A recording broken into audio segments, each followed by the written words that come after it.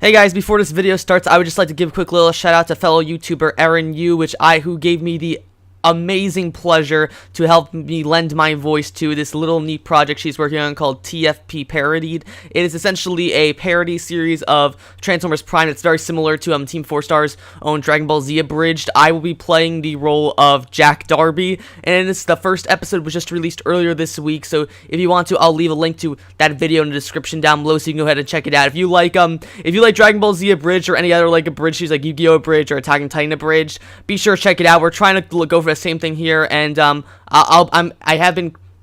will be doing assistant writing on the rest of the series. Erin Yu, along with some small help, wrote this first episode, but I'll be trying to help write the future of this series. So I'm really excited to see where this goes, and I'll see you guys in the video.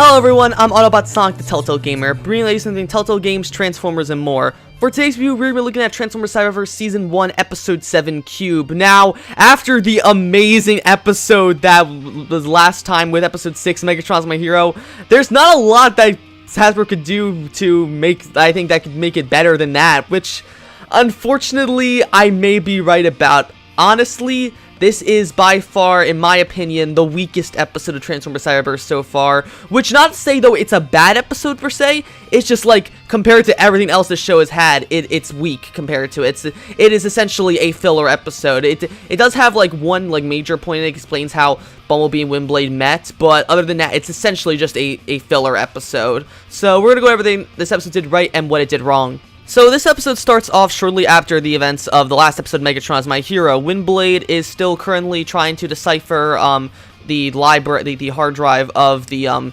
scout ship's computer that they're on. And I should clarify that this is not Bumblebee's scout ship as I thought it was back in my review episodes 1 and 2. It is actually Nova Storm and Thundercracker's seeker ship that they had. That's why they were there in the first 2 episodes. I don't know why I didn't think of that sooner, but yeah, and that's why Starscream was contacting them at the end of the second episode, because it wasn't because he was just contacting all frequencies, he was contacting Thundercracker and Nova Storm. So anyway, Windblade is unable to find anything until Bumblebee comes out, bringing out a large Decepticon rocket launcher and a cube, which Bumblebee has no idea what it is, but then Windblade explains that it holds, it's very important to both her and Bumblebee. So she has Bumblebee try to remember what, a cube, in which he finds several memories of his relating to this cube. So Bumblebee relives this memory, and it basically explains how Bumblebee and Windblade met back on Cybertron. So this flashback is perhaps the earliest we've gone back in regards to the flashback storyline. This takes place before all the other flashbacks, most likely in my opinion. So anyway, this flashback takes place before Megatron announces the Decepticon movement and all that. Bumblebee is seen trying to get into this cube game, but is unable to because he wasn't put on the reservations list and all that. But it is not before he notices Starscream with Cyberverse's incarnations of Ramjet and Dirge, who many people refer to as the Conehead Seekers. The 3 of them are accompanied by Windblade, who is there as a guest from Caminus, now, which I think is really interesting for anyone who hasn't read the IDW comics or seen the Prime Wars Machinima series that just ended earlier this year.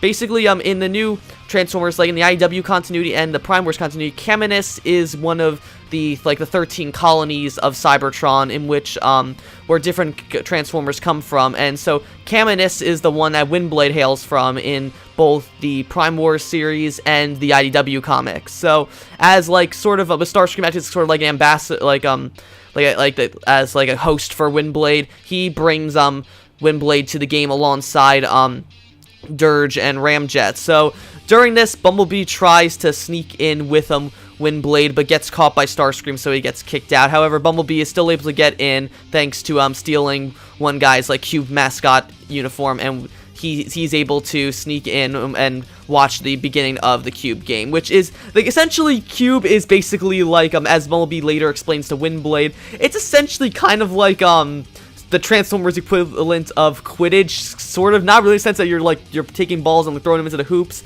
but like the cube kind of acts like the snitch from like Quidditch. It's essentially that there's a cube flying around the play field, and whoever, you have to hold on to it for 5 seconds to get a point, essentially. So after Bumblebee watches it for a bit, he meets up with Windblade, who he's surprised as to why why she's hanging out with Starscream, in which she explains that she's here on a vacation from Caminus, and so she said that she was leaving there because she wants to take a break from Starscream, seeing as how like all he and the Ramjet and Dirge do is make fun of other mechs. And so as Bumblebee explains the rules of Cube to Windblade and they hang out for a bit, Starscream interrupts them, thinking that Bumblebee's harassing Windblade. So he ends up getting Bumblebee thrown out of the game despite Windblade's pleas. And so then it ends with after that, Bumblebee is about to leave when he suddenly is contacted by Windblade through his mind, which Windblade later explains she can do as a speaker, which we saw again back in last time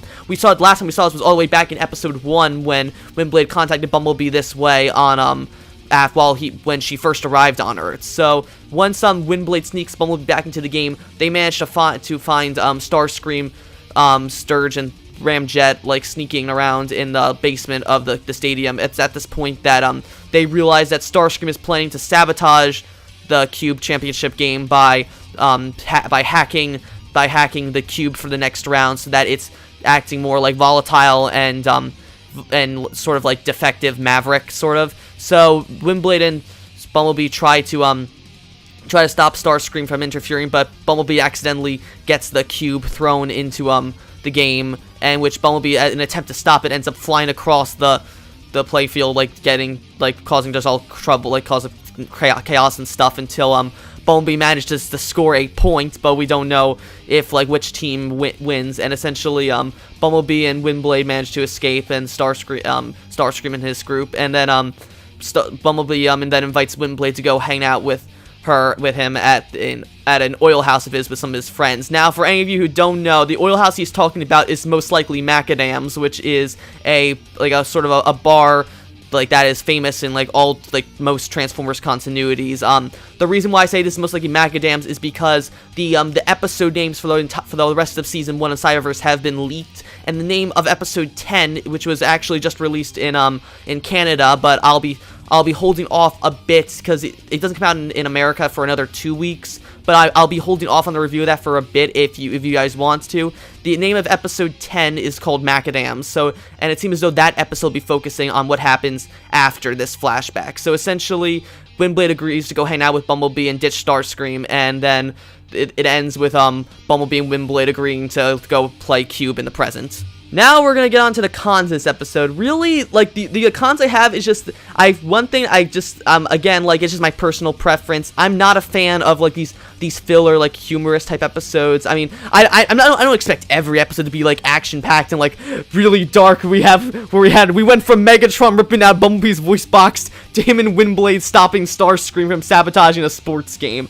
Now, again, it just seemed really low stakes. Some of the comedy was kind of stupid. I can't say I'm a fan of how they're portraying Starscream in this in Cyberverse. While Starscream was good in the other episodes that he's been in so far, to see his origin story, this where he's basically just essentially, for lack of better terms, the Malfoy of he was basically a Draco Malfoy type character prior to joining the Decepticons, where he was just a troublemaker making stuff like them. I don't really see Starscream as a type of person. Now, if he was to outright maybe bomb the Cube Championship event, that I could get behind, but this how I'm gonna hack the cube so it goes crazy and everything goes out of control. Look how bad I am. That just seems I don't know, makes Starscream seem a lot more juvenile in my opinion. And I'm not saying that they can make us juvenile Starscream. It's just though it seems weird based on how